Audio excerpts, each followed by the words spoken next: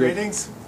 My name is Gray. I work for On the Edge, and we distribute a number of brands, and one of the brands that we're lucky enough to sell here in Canada is Pivot bikes.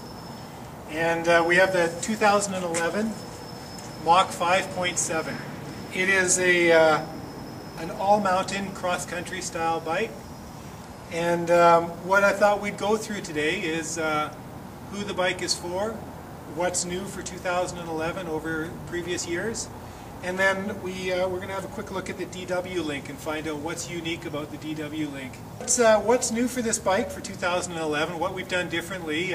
We've gone to a tapered headset and kept the zero stack in the front end. So the zero stack's been working for us really well, and the tapered headset just allows the front end to be about 15–20% stiffer.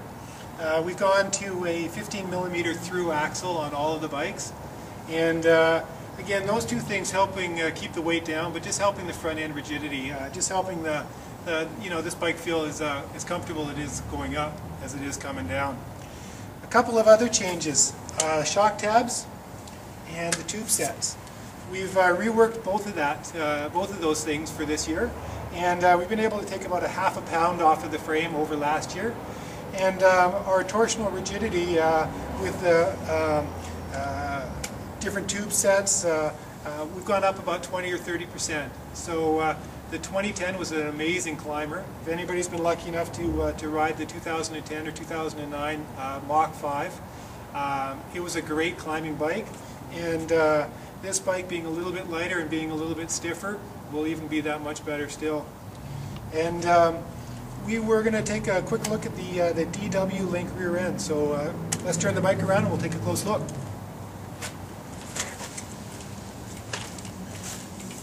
So on all of the bikes that are made by Pivot, Chris Kosalis and the engineers at Pivot work very closely with Dave Weigel. Dave Weigel's specializes in putting together a rear end that works incredibly well for climbing and is incredibly plush for descent. The DW link is something that is a collaborative effort. Dave Weigel works very closely with the developers and designers at Pivot to make sure that we can get a shock, the frame design, and the travel all working together. What's unique about DW link is the path of travel from the rear axle. There's a proportion of it that goes back, comes up, and then follows typical travel. And what that allows us to do is a few things. It's an amazing climbing bike. It's very resistant to rider-induced bob, and it's a very plush downhill descending bike, and having that combination of the two is what makes this bike a very unique ride. Amazing climbing bike, very plush descent. The other thing that's excellent, especially for here in BC, the square bump resistance with the DW link is an amazing sort of difference between this type of suspension and what else is on the market right now. The suspension travel going backwards before it comes up allows you to ride over square bumps without having the bike go backwards. And it's one of the things you have to ride the bike to feel, but when you get on the bike, it's an amazing difference. The bike that we have here, again, is the Mach 5.7. In the line, we have a 4-inch travel bike. This is a 5.7.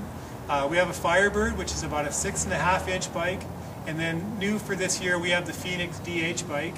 And we also have the 429er, so a nice 29-inch bike with 4 inches of travel. Once again, we're down here on a beautiful day in January at Union Cycles, talking about Pivot. Thanks very much.